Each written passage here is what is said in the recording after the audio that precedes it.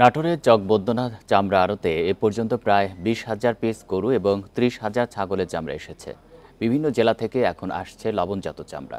এবার ১ থেকে ১.৫ লাখ পিস গরুর চামড়া সংগ্রহের আশা আড়তদারদের। দু একদিনের মধ্যে ট্যানারি মালিকদের কাছে বিক্রি শুরু হবে। নগদের কাছে সব গ্রাহকই প্রিয়, তাই তো সারা দেশে ক্যাশ আউট চার্জ সবচেয়ে কম।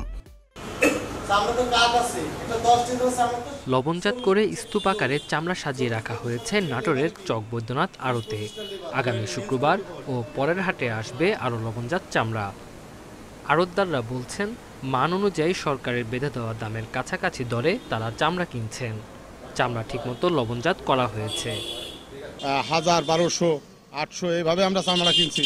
কেনার পর চামড়াগুলি আমরা নিয়ে আসি। আমার এই ভাব মতোই লবণ দিছি। যে দামটা আমরা দিছি মোটামুটি সরকারের বেঁধে দেওয়া মূল্যের কাছাকাছি গেছি, কেননা এত একটা কোয়ালিটি আছে, সব মালতে একরকম দাম হবে না। কেনার পাশাপাশি আড়তদাররা এখন ঢাকার ট্যানারি মালিকদের অপেক্ষায়।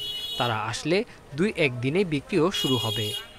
আমরা আশা করব ট্যানারি মালিকদের উপর, ওনারা যত তাড়াতাড়ি আমাদের মার্কেটে আসবে আমরা তত তাড়াতাড়ি ওদের চামড়াতে তাদের কাছে আমরা ডেলিভারি দিতে পারবো। পরের হাটের যে ঢাকার পার্টিগুলো আসবে এদের কাছে আমরা বিক্রি করতে পারবোই আশা করছি আর কি, আমদানিটা আর কি।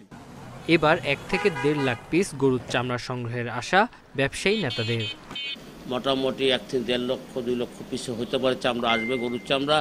ছাগল মোটামুটি নাটোরে ১,০২০-৩০ ঢুকিছে, আরও চামড়া আসবে, সম্পূর্ণ চামড়া আসবে। আসার পরে নাটোরে চামড়া বেচা কেনার মোটামুটি মাল খুব সুন্দরভাবে লবণ দিছে, লবণজাত করেছে লোকজন। চামড়ার মান ভালো থাকায় ভালো ব্যবসার আশা করছেন আড়তদাররা। Independent news.